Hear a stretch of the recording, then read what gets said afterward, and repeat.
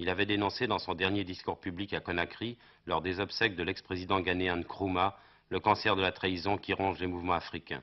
Ces propos prennent une étrange résonance aujourd'hui, qu'en Guinée comme en Angola et au Mozambique, plusieurs mouvements réclament un pouvoir que les Portugais n'ont pas encore abandonné. Quoi dire encore? Mais nous devons parler, car sinon, à ce moment, si nous ne parlons pas, le cœur peut éclater. Nos larmes ne doivent cependant pas noyauter la vérité.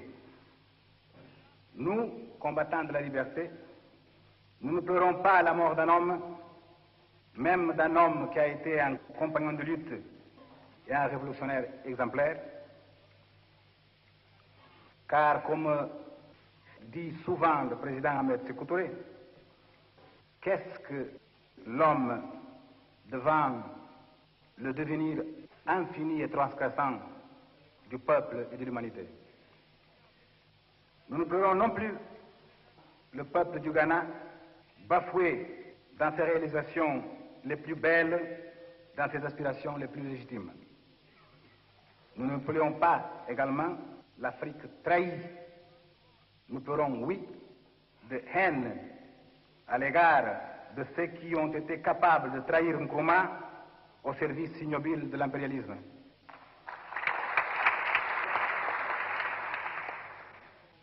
Monsieur le Président, l'Afrique, en exigeant par la voix du peuple de la République de Guinée, interprétée fidèlement comme toujours par le président Ahmed Sékou Touré, que Nkrumah s'est placé à sa place de droit au plus haut cime du Kilimandjaro de la révolution africaine, l'Afrique se réhabilite elle-même devant elle-même et devant l'histoire.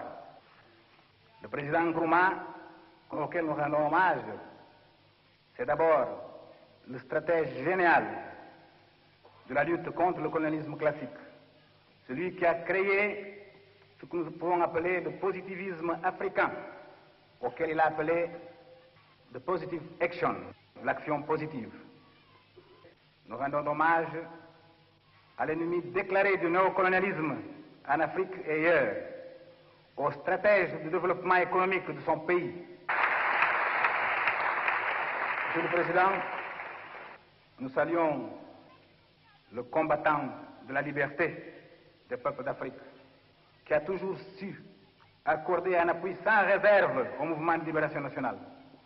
Et nous voulons vous dire ici que nous, en Guinée aux îles du Cap-Vert, s'il est vrai que le facteur primordial pour le développement de notre lutte à l'extérieur de notre pays a été l'indépendance de la République de Guinée, le nom héroïque du peuple guinéen le 28 septembre 1958, il est vrai aussi que si nous sommes partis vers la lutte encouragée, cela a été beaucoup dû à l'appui concret du Ghana et particulièrement du président Nkrumah.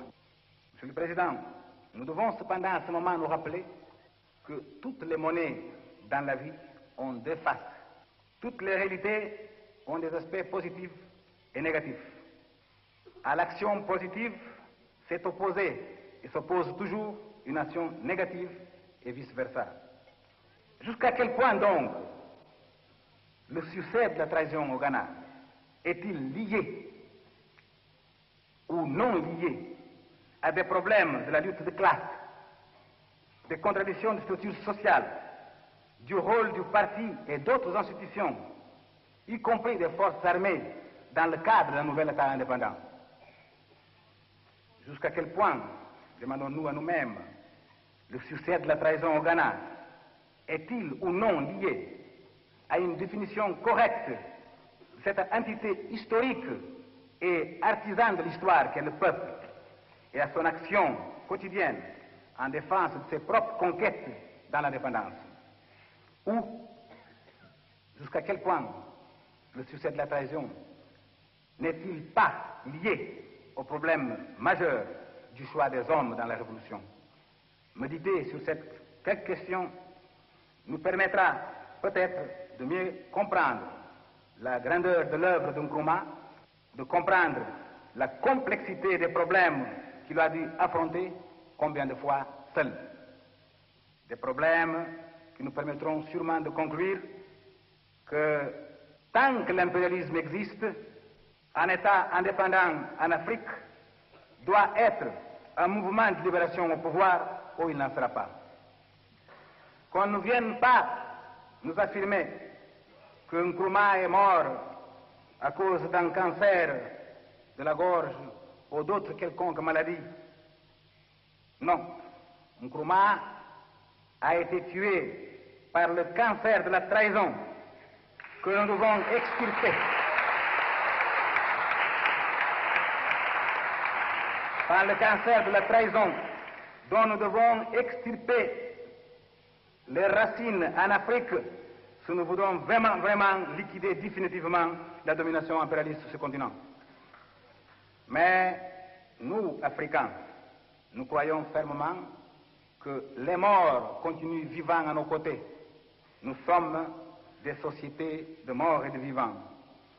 Nkrumah ressuscitera chaque aube dans le cœur et dans la détermination des combattants de la liberté, dans l'action de tous les véritables patriotes africains. Nous, au mouvement de la libération, nous ne pardonnerons pas ceux qui ont trahi Nkrumah. Le peuple du Ghana ne pardonnera pas. L'Afrique ne pardonnera pas. L'humanité progressiste ne pardonnera pas.